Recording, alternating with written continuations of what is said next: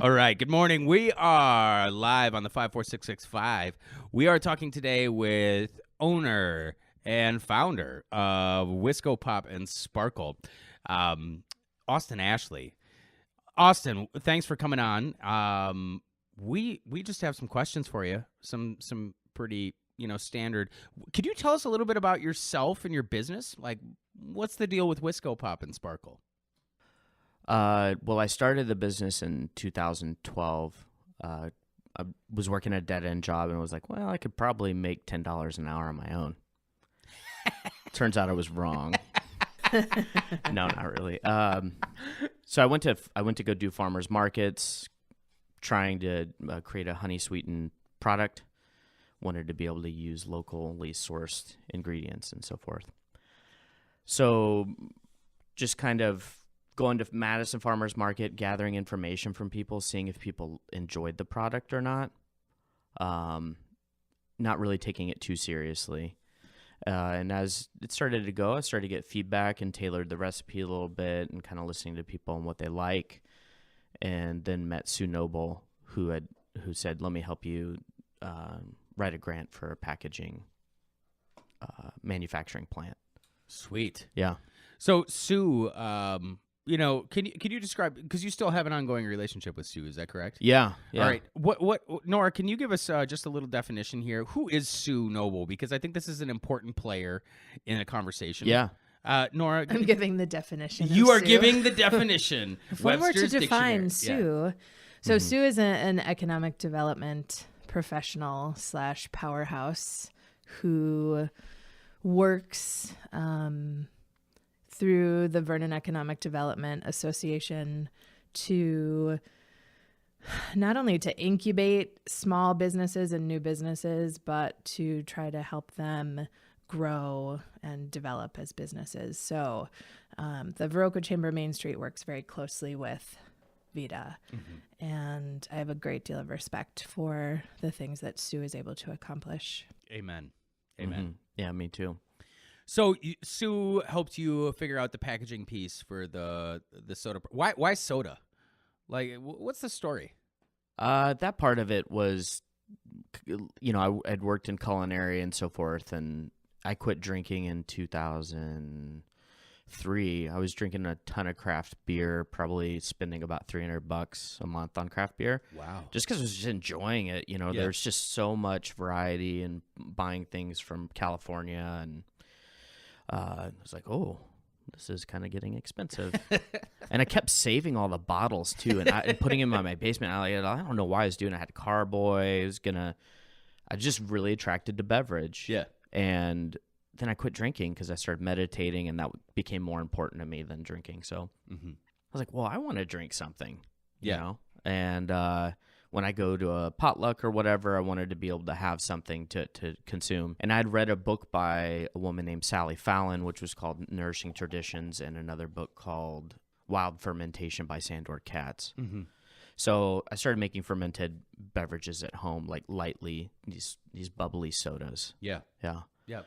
And the character of them were really beautiful tasting, really floral, and just enjoyed it. And everybody at the potlucks enjoyed it. And so I just kept doing it. And then we moved here to Viroqua in 2005. And my brother-in-law wanted to start a coffee roastery, so I moved with him to help with that. Yeah. Yeah. Okay. On that note, like, how much does the culture of the community play into Wisco Pop and its identity? Yeah, that I think a great deal in some way. The identity thing, I kind of end up doing whatever I want. Sometimes I think a lot of people key in on that because I'm kind of just in my own humor bubble. But as far as like the culture piece of like organic, like I was bringing up that we had started off as a honey sweetened product, but as I developed in relationships with beekeepers and found out what they really do when they make this honey, I decided like this isn't as sustainable as I think. And so we pivoted and went 100% organic because they were back sweetening their bees with corn syrup. Sure. And so I was like, that's just not even us. Like that's probably GMO corn syrup, and they're trucking their bees to California. But if we go 100% organic, now that's going to be at least 80% of my value. Sure. Like I can get behind that. So we pivoted and made all of our beverages organic. And I think we're kind of an extension of this community, and in that identity thing that you're saying. I would even take it a step further. Yeah. I would say that, like, you know, through the extension or that idea that you have become, you know, one of those players that people from the outside look in and be like, oh yeah, Viroqua. Yeah, they've got the Wisco Pop, right? Like, it's become kind of that piece, which is awesome. I mean, for a small community, 4,362 folks and counting. Yeah. You know, there's a few players that like really grab attention, and I would definitely put you in that mix. Yeah, right back at you. Oh, thanks. And Nora. I mean, my goodness, Nora, like I can't go on the computer without seeing something that you've influenced. It's insane. It's great. It makes me not log in on Sundays. Like, oh, Nora's hands are on that. My goodness. Yes. Oh, gosh. So one of the things that I find particularly interesting, Austin, is that you own a business with your spouse. And, you know, we have several businesses in the community, especially influential businesses who are owned by husband-wife teams. And so I'm really interested in some of the advantages and challenges to that model, and what is that dynamic like, working with your spouse and owning a business and moving through the day every day? Well, me and Hallie have worked together on and off since 2002, and then when we moved here to work on Kickapoo, we worked together there. So we have a pretty decent working relationship, you know. I kind of understand how to navigate working together and not getting too overstepped of talking about work too much. This project has been a little bit more interesting because we do talk about work a lot, but it's something we really enjoy, like, together. I mean, we think it's funny. Yeah. Do you guys have like a safe word at home? You know, when the conversation bleeds from like home life, or where you need to be focused and present for that, and it just naturally progresses towards business. Do you have something that you call out? Ours is Wildcat. Wildcat. No, I don't have a safe word. I just be like, man, I don't want to talk about that right now. Like, I don't care what other people are doing right now. I just, you know, want to be here. Yeah. You know, she's been really instrumental in having our book work. You know, I know exactly how much money we've gained and lost since 2012 because she's just always been there to help with that. And that part of it, you know, is just a real boon for early startup stuff. Most entrepreneurs I talk to, they don't even know how much money they're making, and that's really problematic on one hand. Yeah. So she's great at that. So a little like I'm a huge fan of word clouds. Do you know what word clouds are? I actually don't. Sorry. Is that like Sudoku or? Exactly. No, this is a relatively recent thing. Oh my gosh. Like, so whenever there's like marketing impact studies that are done, they always come back with these word clouds. And what they do is they like data mine the surveys, and the words that come up the most prevalently are like big. Yeah. And then the words that are like kind of ancillary words, like they may come up 2 or 3 times, they're like a little bit smaller. And then they kind of arrange them in this cloud fashion, if you can work with me. So I would say like this interview, the word cloud that I would come to my head is nuanced, and then interesting, and then Viroqua, and Sue Noble would be a small, you know, it'd be like in there, right? Yeah, and then be like, oh, a pony. Exactly. I'm thinking about ponies, which makes me think of balonies, which makes me hungry. I want Miracle Whip now. If you could describe what it's like to own a business. Oh, good segue. In just one word. One word. That's all you get. And it can have a hyphen, I suppose, if you really wanted to get technical about it. But like, you know, like roundhouse is one word. But no, what is what if you could describe owning a business in one word? What would that word be? Ethics. Ethics. Yeah. Interesting. Why ethics, Austin? Because it's a thing that kind of keeps me, you know, if you don't have kind of a compass, then you don't really have a direction. And if like revenue is your biggest driver, Right. I mean, that's a good thing. Revenue's great, but Mhm. if you don't have a good way of supporting people around you, and also supplier, and just understanding like what it is that your focus is, and that kind of like that, we're going to be organic because that's within our value, and so just kind of similar, like treating people well, things like that. I know you get that, so. I totally do, but Yeah. man, oh man, that's awesome. That's awesome to hear. That's awesome to hear. It really is. Yeah. I mean, that I think that I guess I want to talk about that just for a second more. Sure. Like ethically driven businesses. Mission. Do you guys have a mission statement at Wisco Pop? Yeah. Do you know it off the top of your head? Yeah.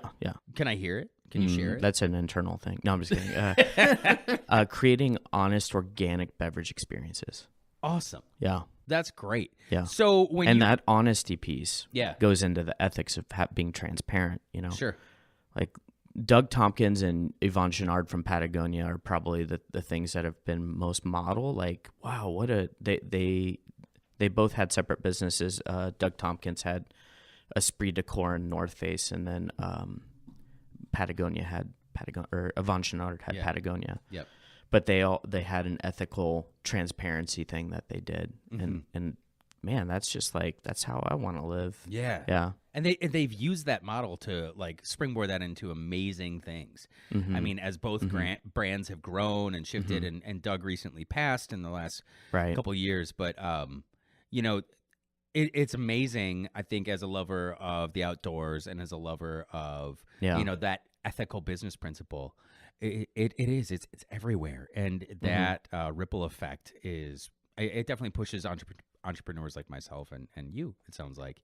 Yeah, it's inspiring. Yeah, like sure. I'm not looking to be Patagonia, but I definitely want to have kind of, like I said, a compass. Like, where are we going, and like, are we doing right by the people around us? And yeah.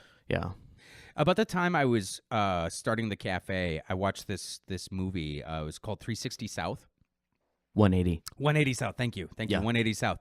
And it was no, that's perfect. 360 South. You do a complete circle and make sure you're facing south. Yeah. No, 180 South. And it's all about Yvon and Doug's. Yeah. It's loosely based on their trip to Patagonia, actually, in the very tip of South America. And it kind of talks a little bit about the ethics of humanity right now, but also, I think there's in there some of the assumptions that they had when they started their businesses, right? Like they were making climbing equipment because it just wasn't out there, and they were climbing bums and surfing bums, right? And that's what they wanted to do, and they found that market. What assumptions did you have, like in the very beginning, of Wisco Pop in its infancy, that like, not that they're wrong assumptions, but like, can you describe a little bit of the growing process? Like when you started, you had this idea, and now it's something completely different. Do you have those moments in Wisco Pop's history? It's kind of it's the part that's really hard for me to look at. And lately I've been looking at it as traversing the void, because I kind of went into it with a lot of unknown. I just said, I'm going to buy some kegs and I'm going to fill them, and I could make $10 an hour going to farmer's market.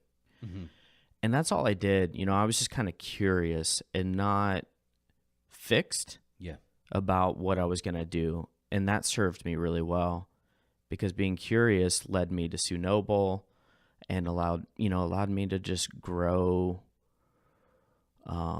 into something that I couldn't have seen. I mean, I kind of had a little bit of a desire, like that I was holding lightly to like package, but I didn't know that I was going to accomplish it. And I think that's the really hard part about entrepreneurship, is that you can get really fixed in ideals and business planning and thinking things are going to go a certain way, but then your consumer tells you something different. Sure. Yeah. Sure. I don't know if that answers your question. It does. You know, I would say that one of the strongest pieces, like if soda ever failed, you guys would be a fantastic hire it out for marketing and PR stuff, because some of the stuff that you guys do specifically with your online presence is I mean, Yeah. it's really engaging. Yeah. Did you go into the project with that mindset? No, not at all. I mean, like really, so much has occurred since I've started the company. Like the whole Facebook thing is everybody has a device now. There's like nobody that doesn't have a device now, and just so much more people kind of engaged with that stuff. So I had no idea. Neil's been really good at keeping that stuff going, and I don't know if I might be losing track of what you're saying, but. No, Yeah. I mean, I think it's just, it speaks to the evolution, you know, the evolution of what you started with and that assumption and kind of moving through it and discovering that you guys have some real sweet spots. And it also, like, you know, the role that humor plays in so much of your marketing and the things that you're doing. Yeah. Is that mostly you? Is it mostly Neil? Is it all of you together? How does that work? Well, I was sitting in a business class and somebody had said, the teacher had said, "What's your purpose?" And I just wrote down fun, because I was really tired of working a dead-end job. Like, whatever, you know, like at least have fun doing it. Because as a teen, I'd done booking and promoting for punk shows and stuff like that, and that had kind of influenced me to think like, man, I had so much fun doing that, and I actually made money doing it. And so that's kind of been, you know, part of the compass too, is just knowing what, you know, Wisco Pop is all about: having fun. It's about doing what's healthy. It's about stewardship, you know, just creating honest experiences for people. And that those have kind of informed me. We wrote down that stuff early on as a team and tried to stay focused to that. But like fun, and then also beauty is another thing. But fun for us all is kind of like, not reckless fun, even though I know that I can seem very reckless. I know that I am, but more about just enjoying. Yeah. Yeah. I gotta say, like, I love being able to pop in on your weekly meetings at the cafe and pulling up a chair. Even those aren't meetings, just so you know. Well, going into public does not work for any of us. It's bad enough when we try to meet. Yeah. But I mean, the levity and the humor, I always walk away, you know, I think it's really interesting because I walk away with a really different experience because I feel lightened, because I've laughed. But at the same time, like, there's some really awesome, honest business insight that comes out of those conversations too. Yeah. You know, it's really fun being your colleague in this community. Wow. It's great. So advice. Right? What's that? Advice. I want to know, like, if you had... Take Advil, not Tylenol. Like that? Or Yes. Aspirin. Baby aspirin. What advice would you give to people who have a great idea and want to start a business? Yeah, hold it lightly. Research. Find the early consumer. Let them inform you. And stick to that. Don't listen to the hype. Like, social media is just all hype. Oh, amen. And it's like, man, if you were to really focus on that, which the thing is your early consumer isn't focused on that. Mm-hmm. They don't care about social media. They care about what their friends think. Yeah. And if, you know, like, you're similar with the Driftless Cafe, when I go do a demo, somebody's like, I love Rogo, I love the Driftless. And you got all these, like, people who promote it. Mm-hmm. I'll be in Madison, I'll be in Minneapolis, and it's all about those humans promoting, not this like Facebook, Instagram. That stuff helps, I think. But ultimately, man, if these people aren't behind us, we're nobody. I mean, that goes all the way back to Walmart. Sam Walton said stuff like that. Like, it's all about the customer. Mm-hmm. And I didn't understand that originally, but now it's really starting to crystallize in my mind. Like, man, if people don't talk about you, you're not doing something right. Sure. Yeah. Austin, can I ask, like, what's your educational background? Because, I mean, honestly, like, you speak with the insight of a Fortune 500 CEO. Yeah. And, you know, where did you develop this acumen? I'm a real dirtbag.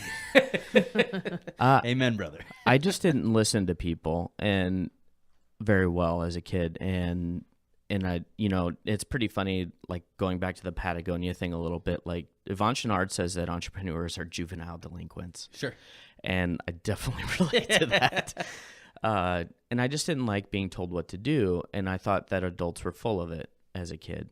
And I ended up hanging out with people that were like 10 and 15 years older than me, that were all like either college level, getting PhDs. I don't know how I made friends with these kinds of people, but I barely even graduated high school. I just didn't even, I like reading. Yeah. I like learning on my own. I don't do well in that kind of environment to learn with this regimen. So like, I mean, I read academic books on my own, like Sure. just, so I don't know where it comes from. I think it's just like, I got a lot of desire. Right. And I like learning. Yeah. That's awesome. Yeah. So we had talked about briefly before we got started recording today how you're in the process of a survey with customers. Yeah. And I would love for you to talk to our listeners about the importance of that type of feedback and some of the things that you're getting as you continue to sort of perfect your model and bring flavors and experiences that people are looking for. Yeah, it's the survey. It allows you to check in with the consumer to see if you're on track. Like the thing that the survey is informing me right now. I mean, do you guys have an idea of what would be the number one thing that people like about Wisco Pop or Sparkle? The packaging, the flavor. Yeah, I don't know. Sorry, I didn't mean to interview you. No, that's really good. I think, like, in all seriousness, the thing that people like the most about it, I mean, it tastes good. First and foremost, it tastes good. Totally it. Yeah, it's all about taste, and that, like, whoa, like it blows my mind. Like that was what I set out to do. I think, like, you probably relate to the culinary thing where trying to like create great food, like. And then now we're doing that with beverage. Unfortunately, we make, 500 gallons at a time, which is very difficult to do. Yeah. I mean, making one plate is something else than, making 500. Yep. But that's what we're finding out from the survey is that the consumer is like, wow, I drink this because it tastes great. I tell my friends about it because it tastes great. It's not, I mean, the packaging is on there, but it's not the number one reason. And so that's being very informative about how consumption happens, word of mouth, flavor, or taste. Yeah. We use taste instead of flavor. It's so hard to talk about like natural flavors, like I don't want to say the word flavor because it insinuates a really big cloud bubble. Yeah. Word cloud. Oh, word cloud. Thank you. We'll send you a word cloud. Yeah, Austin. Exactly. Of this interview, for sure. Do you ever hear any feedback that you don't want to hear in a survey environment? Do you ever find any of that surprising or? Not from like our real consumer. I like at a demo, I definitely hear feedback where I'm just like, does your mom know how impolite you are right now? That's all I'm like thinking when people are like, I don't like this. This is nasty. Like, whatever. Like, what do you eat? Hamburger helper? Give me a break, But I had somebody at the co-op taste Sparkle, and everybody, I mean, you guys know this. Like, Sparkle is bright. It's acidic. But it's flavorful. Right. And it has no sugar. And if that's for you, great. If it's not, it's really not for you. Right. And you just need to go find your Diet Coke. Yeah. Yeah.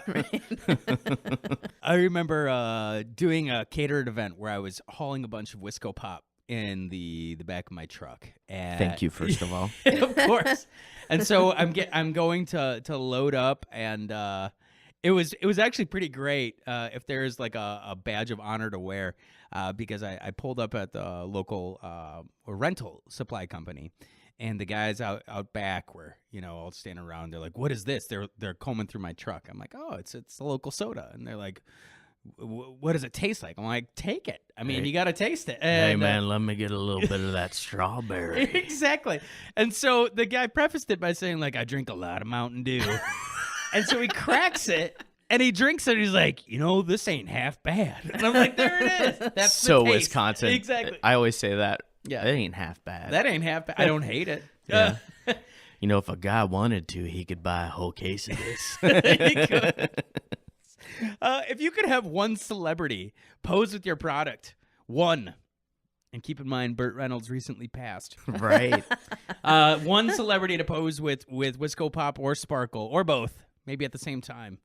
Who would that be? Like consumer specific or like just my dumb dream? Just your dream. I want your dumb dreams. Oh, no, you don't. Who would I want? That's a pretty funny question. I did think of somebody recently that I'm like, I was just telling Nora I'm always trying to get Damian Dorado to come to Viroka so he can be the sponsor of Wisco Pop. Father John Misty. Father John Misty, exactly. His early Instagram was like him drinking Mountain Valley water and just so uninterested looking and just so funny. Yeah. I saw Father John Misty in Austin at the ACL Festival. So good. Back. It was. And, the hysterical part about the show, for listeners who aren't familiar, I mean, it's very satirical. Nails it. Emotional music. But it's like 2 PM in Austin, Texas, and it's 95 degrees and the sun is beating down. Humid. And he's playing to like probably 15,000 people. Right. These songs about like emotions and feelings. Are like, this is a real hit for the festival crowd. And then launches into Born in the USA. And right. I found myself crying and sweating at the same time. And laughing. Yeah, exactly. It's great. It is great. It's great. Next steps for this interview, but for the next business. Yeah. What do you got? For Wisco Pop? Survey, figure out where we're ending the survey on January 7th, and then just figure out what key events we're going to pick off for the year and help grow the company. We grew probably by 75% this year, and we'll be looking at it is That's massive. Yeah, it is massive. I was like, ooh. Yeah. Is that your growing noise? Yeah. Well, you set we had one year where we set some goals, but I was unable to attain them because I was so pulled into manufacturing. Sure. But this year, we'll be able to be much more marketing oriented. Mm-hmm. So I've got the manufacturing thing. So next thing is just really marketing the product heavily in Minneapolis and Milwaukee. Do you find that with the name like Wisco Pop, does Minneapolis, is there ever any limit there, or is there? That's a great question that I'm really trying to answer right now. Really? Okay. And the biggest thing that I am definitely working on is so we got the Wisco Pop thing going. Well, that's a great deal of my growth. Mm-hmm. Sparkle, I started Wisco Pop and then added Sparkle, and it kind of fragmented. It was kind of like I was pulling two pallets, but Sparkle's behind the Wisco Pop and Wisco Pop's leading. So what I'm trying to figure it out, I have higher velocity on Sparkle. People drink a lot more Sparkle. Mm-hmm. But people who know Wisco Pop don't know Sparkle. Sure. And that's what the survey is really about, is to figure out how many people. And it's about a 70-30. Mm-hmm. Okay, wow. So, it's like, whoa, limited awareness. Right. So now what I'm going to do is create events around getting Sparkle into people's hands. Awesome. Yeah, I know. That's really exciting because I feel like Ginger Sparkle, man, that's our highest pacing SKU and so unique. Yeah. Mm-hmm. Yeah, that's really awesome. So are there any plans for a mini soda expansion? Yeah. No, I'm sorry. Maybe a Texacoke. Texacoke. Yes. Because they call everything Coke in Texas. Yeah, exactly. And that's where I'm from. So. Yeah, right. Awesome. No, it's correct. Sorry. Yeah. Okay. Yeah.